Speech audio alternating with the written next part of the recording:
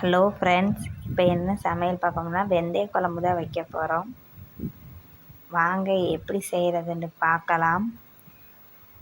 பூண்டு சேர்த்து தான் செய்ய போகிறோம். டேஸ்ட்டாக இருக்கும், சூப்பராக இருக்கும் சாப்பிட்றதுக்கு. அதுக்கு தேவையான பொருட்கள் வாங்க பார்க்கலாம். ஒரு வெங்காயம் நறுக்கி வச்சுருக்கேன் பொடி பொடியாக. 100 கிராம் பூண்டு, எலுமிச்சை சைஸ் அளவுக்கு ஒரு உருண்டை புளி கரைச்சி வச்சுருக்கேன். வாங்க இப்போ அடுப்பை ஆன் பண்ணிக்கலாம். அடுப்பை ஆன் பண்ணியாச்சு. சட்டியில் 2 ஸ்பூன் எண்ணெய் ஊற்றிக்கலாம். 1 ஸ்பூன் வெந்தயம் போட்டுக்கலாம். 1 ஸ்பூன் கடுகு, கருவேப்பிலை சேர்த்துக்கலாம். சேஞ்சில் வெங்காயம் அள்ளி போட்டுக்கலாம்.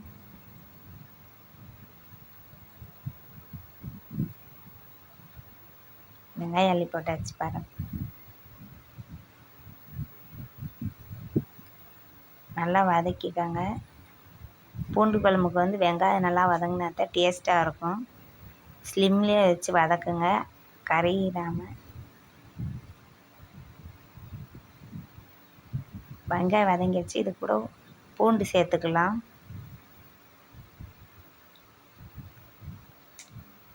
பூண்டு நல்லா வதங்கட்டு ஃப்ரெண்ட்ஸ். பசியே இல்லையா, வாரத்தில் 2 நாள் பூண்டு குழம்பு செஞ்சு கொடுங்க.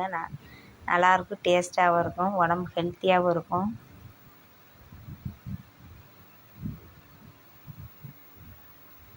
நல்லா வதங்கட்டும். 10 நிமிஷமாச்சு வதக்குங்க, அப்போ தான் நல்லாயிருக்கும்.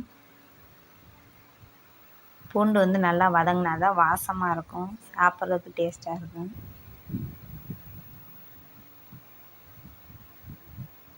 பாருங்கள், நல்லா வதங்கிட்டு இருக்கு.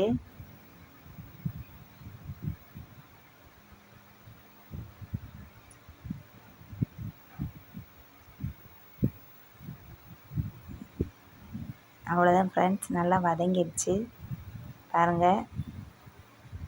நல்லா வதங்கிடுச்சு. இந்த ஸ்டேஜில் புளி கரைச்சி வச்சுருந்தோம்ல, அதையும் உள்ளே சேர்த்துக்கலாம்.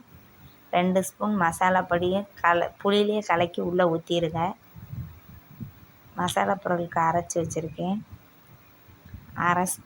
அரை மூடி தேங்காய், ஒரு தக்காளி சேர்த்து அரைச்சிருக்கேன். பூண்டு குழம்புக்கு டேஸ்ட்டே இதுதான் ஃப்ரெண்ட்ஸ். மூடி வச்சு நல்லா கொதி வந்துச்சு பாருங்கள். இப்போ அது கூட ஸ்டேஜில் உள்ளே ஊற்றிக்கலாம். நல்லா கலக்கி விட்டு மூடி வச்சுருங்க. நல்லா கொதி வரட்டும். பாருங்கள், நல்லா கொதிச்சிருச்சு. அவ்வளோதான் ஃப்ரெண்ட்ஸ், பூண்டு குழம்பு ரெடி பண்ணியாச்சு. வாங்க சாப்பிட்லாம். பிடிச்சிருந்தா லைக் பண்ணுங்கள், சப்ஸ்கிரைப் பண்ணுங்கள் ஃப்ரெண்ட்ஸ்.